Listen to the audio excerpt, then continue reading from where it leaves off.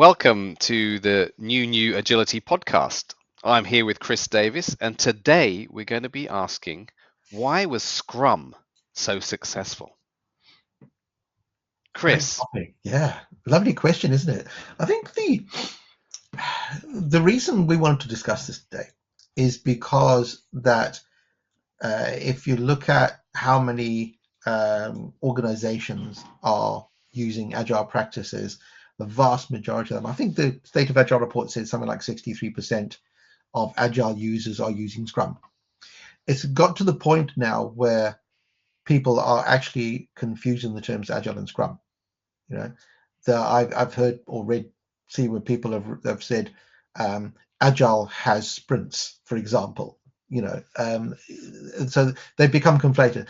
And what I was thinking about was, why is it that Scrum has become so ubiquitous within agile organizations, where something like Crystal, Alistair Coburn's method or suite of methods, has not? And I looked into some of the reasons why these things happen. I'm not entirely sure I've got all the answers, but there are a number of reasons. What's your experience of it? I mean, you said it's becoming synonymous really with Agile, but I think it's been like that for Yeah, as long as I can remember, really. I mean, I remember way back, talking about Agile and asking people, have you heard of any other ways of doing Agile other than Scrum? And people didn't even understand the question. I think they didn't exactly. realize that there was anything else.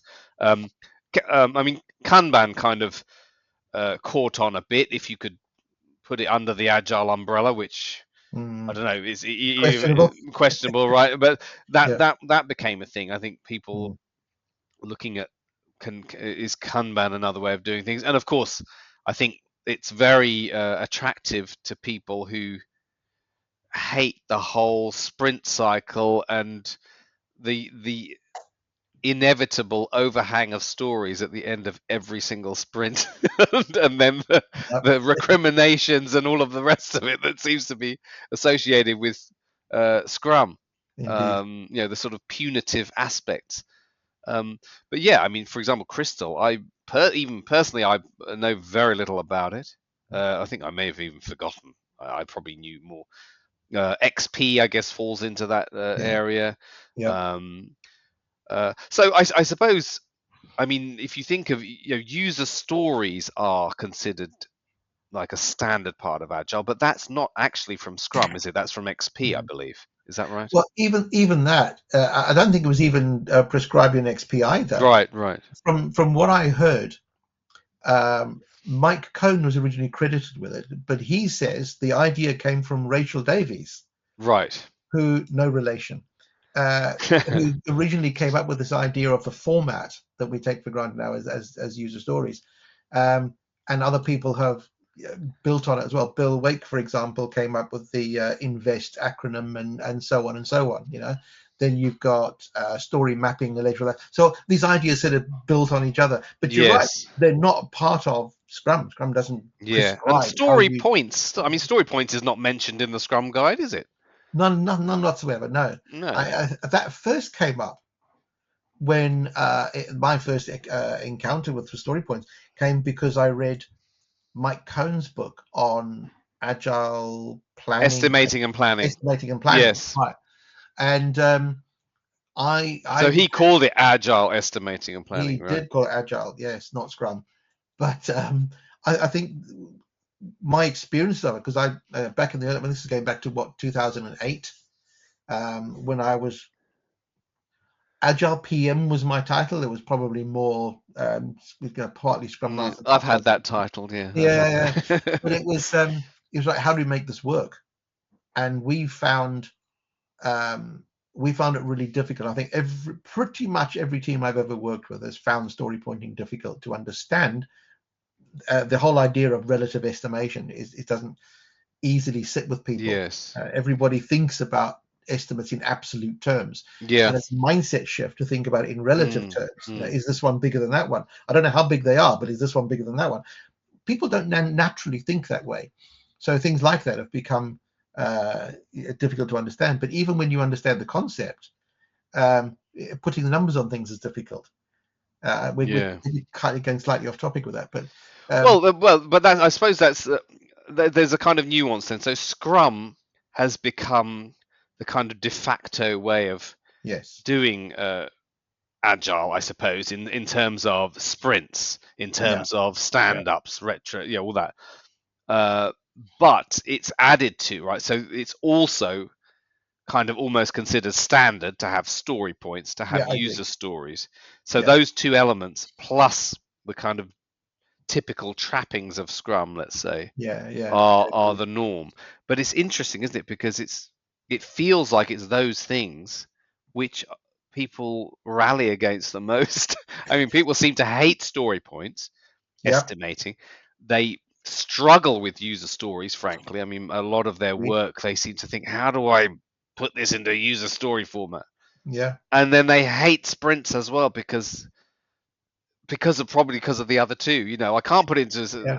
a thin slice. I can't estimate it.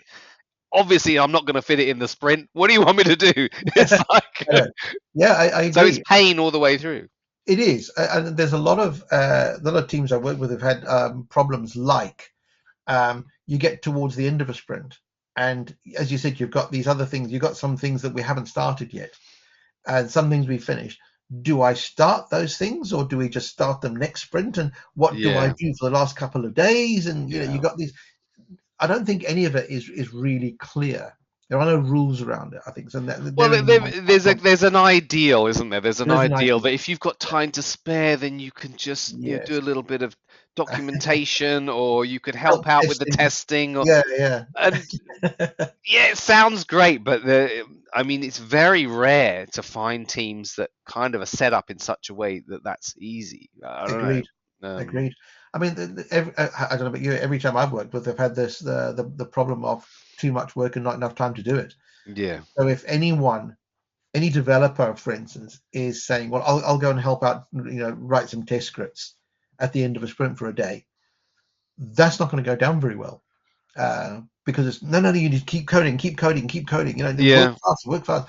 So Well, but even I just think people feel uncomfortable not to be picking up another yes, ticket. That's I feel that people put that burden on themselves. yeah, So that comes back to the question: why is Scrum so successful? Successful as in yeah, I know. why is it adopted everywhere Yeah, when everyone hates it? yeah, absolutely, absolutely. I think there's some psychology involved in this, and you Mm. can probably answer this better than I am. But I think there's an element of it. It is simple to understand. I think is number one. Yes. It's got a very simple rule set and structure, Yeah. which appeals to a lot of people. I think the other thing is that it's got rules to follow, and I think a lot of organizations when adopting any approach or a method, call it Mm. that, um, like the idea that I can give people a set of rules to follow. Yeah. I like that element of it. It's also got it's got a certification system around it and whole idea. And I think, open to correction, that a lot of companies find that makes it robust and trustworthy. Yes, Got that maybe that's the certification most there. significant element, right? It might well be. The Yeah, certification. You can yeah. become a certified Scrum Master. That I think is part of it, Mm. which I find both ironic and disturbing, a bit, because a lot of, by no means all, a lot of the certified Scrum Masters, certified product owners that I have worked with don't really understand agility. What they've been taught is here are the rules, follow the rules. Yeah, Scrum is immutable. The Scrum Guide says it. Scrum is immutable. If you don't follow all of the rules, then you it's may be not doing Scrum. something, but you're not Scrum, right? Yeah, And therein lies, I think, Scrum's biggest problem for me. It's like I can't even bend the rules and still say I'm doing Scrum. No, you can't do that. That's not legal. Um, I'm a big fan of Al Shalloway, and he's written a lot about this problem of the immutability of Scrum. And he wrote something I can't find anymore called I think it was a Scrum by example, Agile by example of it. And what he was advocating was, if you were to teach people about agility and say, here's the problem, we want to plan our work and we want to plan in short cycles. Scrum does it like this, but there are other ways you could do it. So Scrum is given as an example of how to do something, but it's not for some people. I think that's a really good way of thinking about it. Because one Yes. of the things you also mentioned is Scrum is a great starter kit. I think, is it? Because if you give people an immutable set of rules, you're not starting them off. You're saying, well, that's your end state. You can't change it. Yeah. Well, I mean, I know it says immutable, but I don't know if people take that seriously. I mean, I have both myself and I've heard other coaches say, start with this structure, and Yeah, then once you get the hang of it, then you can evolve it and all that sort of yeah. thing. But then I've equally worked in places where, let's say, the director of engineering has said, we want to do textbook Scrum. He says, Yeah. I don't want to, because anytime I hear there's a problem, then I say, well, what did you do in your retrospective? Oh, we're not doing a retrospective. Okay. Or where's your backlog? Oh, we don't really have a backlog. Right. Or who's your product owner? Oh, we don't really. And so he always goes back to, if you do it by the book, then you've got there's each part of Scrum has got a solution for every situation that you've got. So I get that as well. I can see the value of that. that yeah, there's something in that as well. But Yeah. what's the difference? Sometimes that works, sometimes it doesn't. I suppose it may depend on the state of where the team is in the first place, right? Totally. Because I think there are teams that may have moved beyond all that and they're Yeah. much more fluid already. Indeed. And this feels like you're teaching me to suck eggs or something. Absolutely. I once worked. This is going back a number of years now, but more than 10 years. I worked with a team. It was a short-lived project. I think the thing lasted for about 3 or 4 months, and they had a very specific purpose to develop. I can't even remember for the life of me what it was they were developing, but there's only 4 people, I think, within the team. It was like, here's a job, and they were senior, experienced developers. Yeah. But a senior and experienced enough to know how to write their own tests, for example. Right. So test-driven development was just the way they operated. That's just the way they coded. Yeah. And what I remember clearly is that we had a method that we were adopting, which was based on DSDM, actually, not Scrum, but that's kind of beside the point. But they evolved their own practices, and they didn't retrospect on a end of a sprint. They weren't even running sprints. They were basically more flow-based than iterative. Yes. When I asked them about it later, do you run retrospectively? He says no. And of course, your first theory is, oh well, that's a problem then.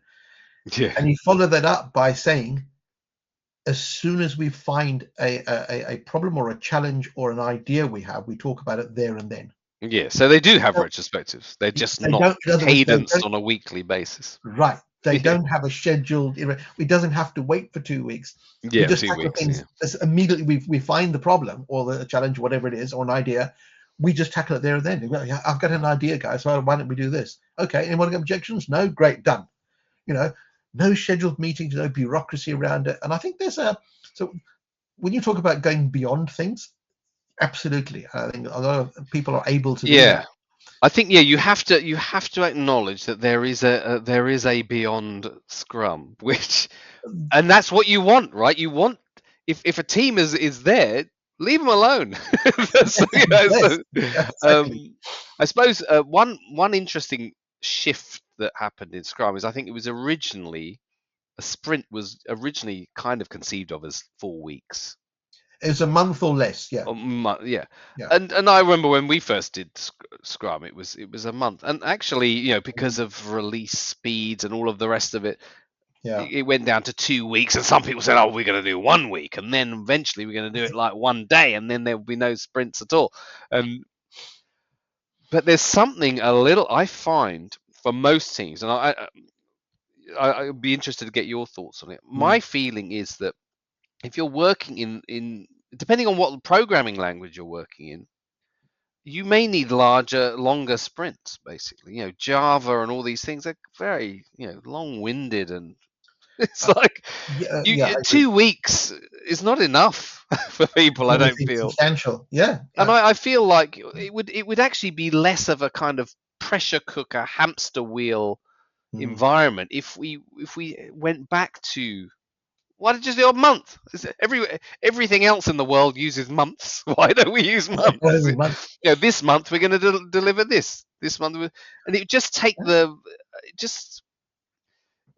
I suppose what I think that the shorter the sprint, the less diversity of activity there is available in the sprint. So you just got to code, but and then struggle at the end. But it doesn't really allow for that. You've got to. There's lots of different elements to getting a piece of code out. agreed. Again, I think that's very organization dependent. Mm, mm. I've known organizations where teams themselves can spin up a test environment, a virtual test environment on demand, Yeah, do some great. testing, and just Again, present that's the it. beyond people, right? That's yeah, Beyond people, yeah. But then on the other hand, there are organizations that have entire departments whose job it is to control those environments and to totally. you Yeah, have to request them and send an email yeah, off to somebody, and there's only so many of them, so you have to wait weeks, if not months, to get one, and yeah, that kind of stuff. It comes back to the whole thing for me about it's not about telling people how to do the job. It's like finding the principle that says Kanban has got to, it says deliver quickly, deliver fast, right? And if you can't deliver fast, you've got all this code build up. It builds up your inventory effectively of potential defect holding. It's like having bacteria in the body, right? You want to get rid of them as soon as you yeah, can. yeah, yeah. So, or think about it as viral load. Viral load. The more code you have, the more potential viral load you have of defects in there, right? So the quicker you get rid of that into production, the better. So there's a balance to be struck, and over time, I have got more and more convinced that iteration itself is very limiting. The whole concept of iteration is limiting, and uh, Yes, so if you maybe it's oversimplifying, but if you think of iterative versus flow-based practices, I prefer flow-based things. So if you think about one piece flow, one user story, is the thing we talked about earlier. One user story, get that out the door as fast as possible. Pick another user story, get out the door as fast as possible. yes, Right? And again, this comes up against the way a lot of people, development teams think. But if you can pick one user story and the team mobs on that and say, how do we get that out the door as fast as possible? But only two people can work on it. Okay, what do the other two people work on? We'll pick one more story, get them to work on that. Okay, yeah. great. What else? Which, sorry, complete the point. No, Sorry. no. So you're working on, that automatically kind of reduces how much work you have in progress at any given time, Yeah, and get stuff out the door faster. So there are benefits to doing that, but it's iteration. I think was intended to limit work in progress by time rather that's than right. by number That's of right. They both. I mean, that's the point. Kanban and yeah, Scrum both apply limits on work. One in by different how ways. much you fit in into the sprint backlog, Indeed. and one by how many in any Yeah, given state.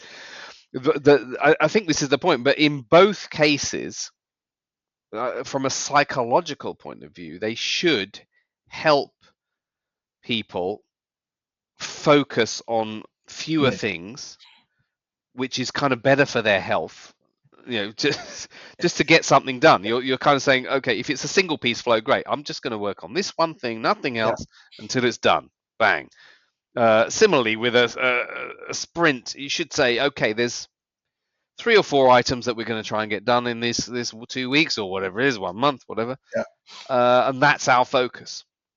That's good. But I think in both cases, most of the time, most organizations that I've worked in, most teams I've worked with, violate that focus principle in yes, both cases. agreed. So if they're doing Kanban, they won't really do Kanban. They'll just Yeah, not do sprints. They'll just pick this shit up, and then if there's something else to pick up, they'll pick that up. Oh, and I've got to stop that and pick this up.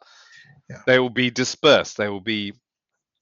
their attention will be split. And exactly the Diluted. same with sprints. Sprints don't seem to have usually a coherent sense to them. What Yeah. is the sprint about? I think that's right, and it certainly that agrees with the experiences I've had, and I think it comes back to the organization pressuring people to do more work than they can handle at any given point in time, right? Which creates this overload, and overload by definition is too much work in progress, and so on and so on and so on. But if you can get the mindset right, and it's another thing I've been thinking about recently about what's the best way to change mindset. But if you were to get people with the mindset that agrees, the fewer things we work on, the lower our work in progress, the faster we deliver, and you can measure that, and understand it through the measures, that encourages that behavior. But not many teams do that naturally. It's something that kind of has to be encouraged or forced into. Here's what you have to do. So many teams we've experienced together have been. I say I do Kanban, but what I'm really doing is just not doing Scrum. So Yes. all of the discipline around Kanban is just ignored as well. Yeah, I think this is fundamental. I think Yeah, the work in progress is the fundamental cultural change. I would say yes, that, and most places I've worked that has not taken off. It always feels yeah. like a taboo subject This or might a, well be, but I there think. was one place where we did manage to get, okay, we limit from the top, from Right. the senior management, Ooh, the initiatives, limit the initiatives in yes, progress at any one time.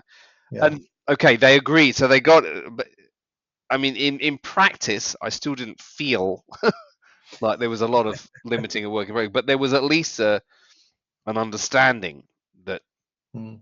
limiting work in progress Of the benefits. is Yeah, desirable. absolutely. Uh, to a certain extent, the organizational structure is an uh, underrated influence on the way teams operate. Because think about it, if you've got a team, if you've got an organization in which um, you have IT department is centralized, or technology department, and it serves sort of all of the different business areas.